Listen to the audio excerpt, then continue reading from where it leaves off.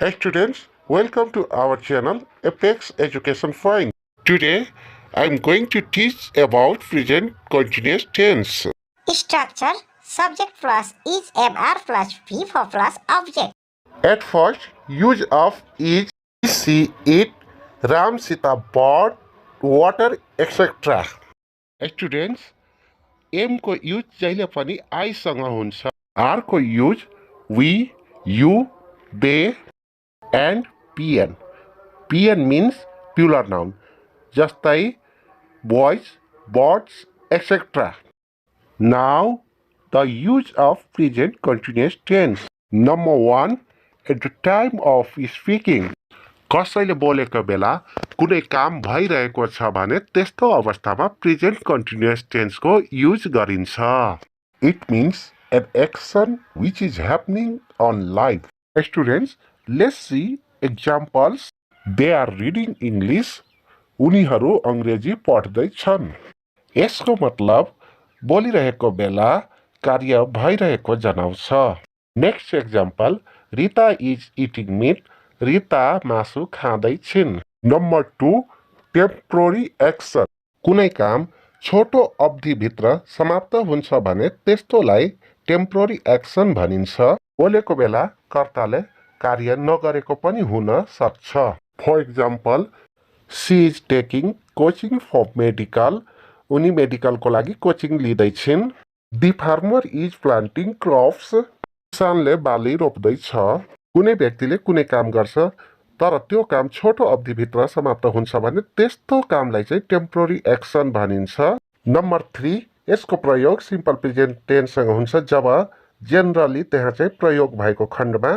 For example, she generally drinks tea but today she is drinking coffee. उनी सामान्यतः चिया पिउँछिन् तर आज कफी पिउँदैछिन्.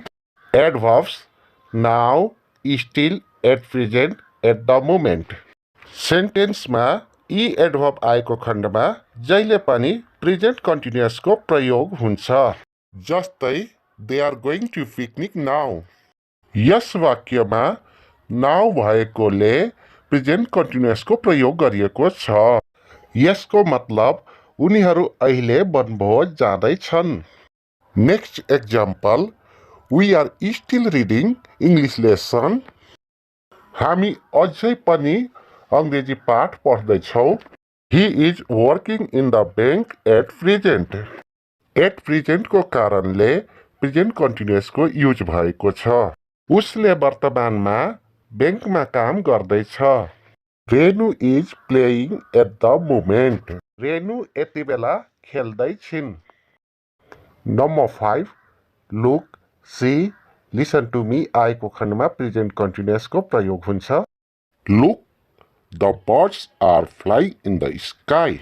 यसको नेपालीमा हेर चराहरू आकाशमा उड्दैछन्. Next example, see, someone is coming.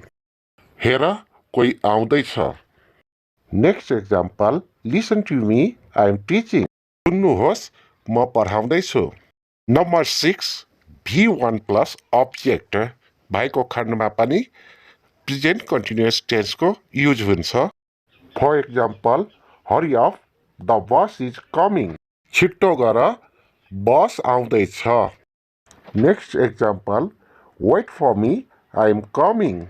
यसको नेपालीमा पर्ख मलाई, म आउँदैछु. यस प्रकारले प्रेजेन्ट कन्टिन्युअस टेन्सको प्रयोग गर्न सकिन्छ. Don't plus V1 plus object आएको खण्डमा पनि प्रेजेन्ट कन्टिन्युअस टेन्सको प्रयोग गरिन्छ. For example, don't make noise, the baby is sleeping. हल्ला नगर, बच्चा सुतिरहेको छ.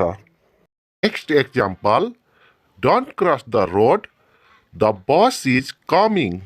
बाटो नकाट, बस आउँदैछ. Number 8, fix schedule. निश्चित अवधिभित्र भविष्यमा हुने कुनै कामलाई जनाउँछ जसको चाहिँ सेड्युल अगाडि नै तयारी भइसकेको हुन्छ र यस्तो अवस्थामा प्रेजेन्ट कन्टिन्युअस टेन्सको प्रयोग गरिन्छ.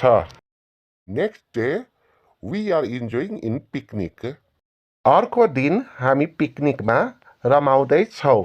Students, all sees dream, imagination and courage turns it into reality. The sake of success, self-motivate is necessary. Thank you for watching this video. Before saying goodbye, I would like to request you to like, share, comment and subscribe.